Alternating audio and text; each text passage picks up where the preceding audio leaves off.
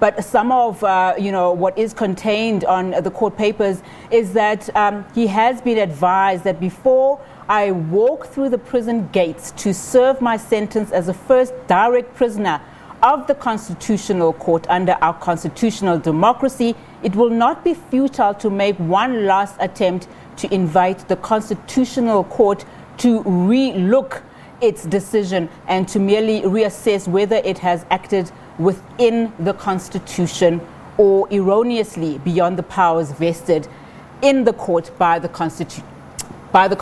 For more now, we're joined by our reporter Samkele Maseko, who is in Pietermaritzburg. Samkele, obviously breaking news story, just looking at some of the considerations that are penned there by the legal team of the former President Jacob Zuma, essentially pleading with the Constitutional Court to reconsider its decision. Talk to me about what else is contained on these court papers. Essentially, what is contained in these court papers is dated with the former president sent this application to the Constitutional Court recently, where he basically takes note and pleads with the Constitutional Court in quoting from these papers here. The former president essentially is seeking for the Constitutional Court to rescind its verdict that he must be imprisoned for 15 months. Let me just open the papers correctly. For instance, the former president essentially asked the purpose of the application. He says this is an urgent application as contemplated in Rule 42 of the Uniform Rules of Court. Read with the Rule 29 of the Rules of the Honorable Court. For relief in paragraph 3 and 4 of the judgment of the Honorable Court referred above to be reconsidered and rescinded. In this application, I seek further orders that paragraph 3, 4, 5 and 6 to be said order consequently set aside. So the former president is essentially asking for the court to set aside his incarceration of 15 months. The former president in these papers says that he did not walk out of the State Capture Commission of Inquiry, but he went to take his medication. Let me read this point. The former president also says that in doing so, I am in oblivious agreement that with the relevant sentiments expressed in the lucid minority judgment of Judge Theron and Jafta, it is worthy emphasizing that I go far beyond the minority judgment in my support of the relief sought herein.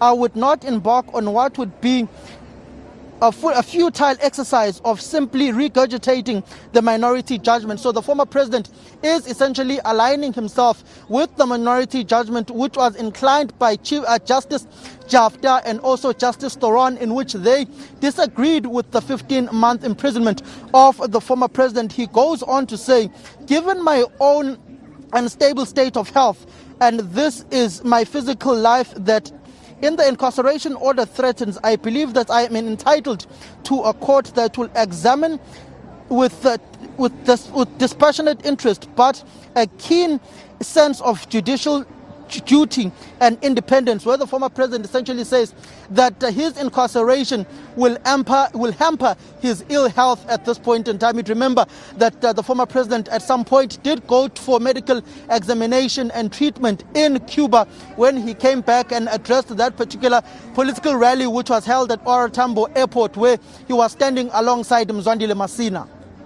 All right, Samkele, thank you so much for your analysis. I know we'll give you more time to look at those court papers, and we will definitely be checking in later with yourself later on in the program or during the SABC channel in other programs. But let's get some reaction now from our political editor, Mzwandile Mbeje. Mzwai, I hope you can hear me now.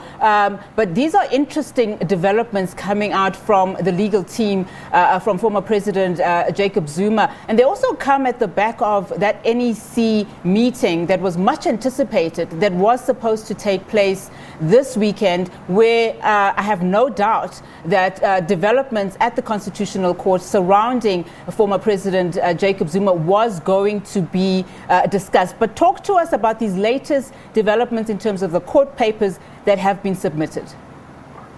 Thank you very much, Unati, and to the viewers. This is a very interesting moment, I think, for South Africa.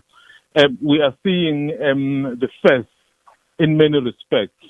If my memory serves me well, it will be a first that the Constitutional Court is sending someone directly to prison, not necessarily around the issues of appeal and confirming certain judgments.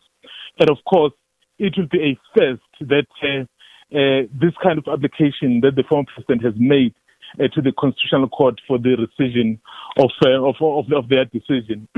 So basically, even when you speak to a number of legal experts, they are telling you that perhaps there's something to also look forward in all of this. So the former president is actually testing, they say, our constitution and our laws to their fullness. Remember, some of the sections are just there. We just read about them. So this is what you're supposed to do if you face this particular situation. But we are in a situation where some of those things are being practicalized. So we haven't been here before. So if an event or a situation where in the higher court they say it is possible that if perhaps it has, I'm saying in the lower court, I'm sorry, it's possible where if the court may have made a ruling, but you can approach it, and then it can happen from the point of view. But in the Constitutional Court, which is the final court of our land, it's quite interesting how this will pan out on that. I'm very sure, Mzwandile Mbeje, you will definitely be looking more into this, and we'll get further analysis from you, a little bit later during the course of today. Obviously, those developments coming out of the Constitutional Court. Let's get more analysis now. We've got Advocate Hoffman, who is on the line, constitutional law expert and director of Accountability Now.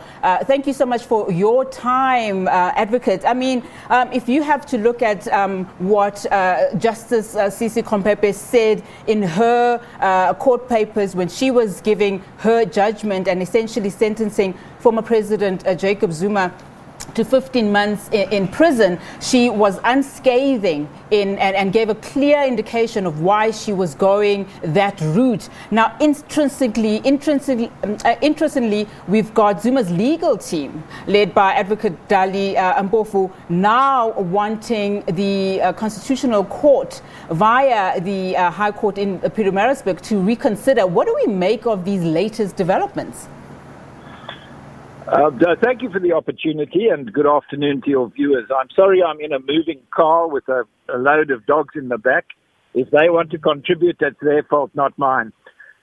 The legal position is quite simple. It is possible for an order that has been granted in error to be set aside. This order has not been granted in error and ought not to be set aside. I wonder if I'm on the line still. No, you are. So, Advocate, so what do we make of, just some of the utterances that are coming into this, court application by former President Jacob Zuma, basically citing ill health as one of the reasons that the Constitutional Court should reconsider. He's also gone on to say that, he did not walk out of the commission, the Zondo Commission proceedings. He was merely gone out to, take medication because of his ill health. It seems like desperate kind of attempt from Zuma's legal team. Am I reading it correctly in that they don't stand a chance at this point? No, they don't. They were given the opportunity to raise questions like ill health and no intention to be dismissive of the court's powers and jurisdiction over Mr. Zuma, and he chose instead to ignore the request for an affidavit setting out the mitigating circumstances, and instead to write a long diatribe consisting of largely false allegations against the court and the Zondo Commission. So I'm afraid he's made his bed and he's going to have to lie in it. And as far as the application to stay in the High Court in Pietermaritzburg is concerned, in my view, that court has no jurisdiction to stay an order made in the Constitutional Court. The application to stay belongs in the Constitutional Court, as does the rescission application. So I'm afraid Mr. Zuma is just playing for time and using this procedure as a stunt. Advocate, we know that Justice Sisi Kompepe has signed that warrant of arrest. We also know that the court ruled that former President Jacob Zuma has 5 days to present himself to either of those two police stations. I mean, this is Sunday. What is this latest development? What are the implications with this latest development in as far as that court ruling?